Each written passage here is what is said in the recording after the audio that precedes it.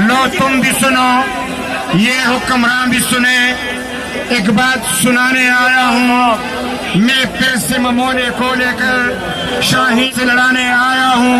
ये राजमहल की दीवारें महफूज करो, महफूज नहीं, ये राजमहल जल जाएगा, मैं आग लगाने आया हूँ। अजीज साथियों, यहाँ पे इलेक्शन कमीशन ने एक अजलास बुलाया तमाम पार्टियों का। हमने खलूस दिल से उनसे कहा कि फौज के निगरानी में इलेक्शन नहीं होने चाहिए।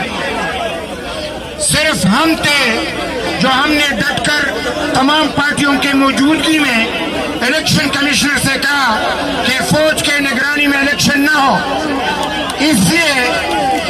इसलिए कि अगर इलेक्शन मुतनाज़ा हो जाए तो फिर फौज भी मुतनाज़ा होगी। और हमने कहा अगर इनके निगरानी में कराने हैं, अगर इनके निगरानी में कराने हैं तो फिर इनको लिए पोलिंग बूथ से बाहर ड्यूटी देंगे, अंदर इसका कोई काम नहीं होगा।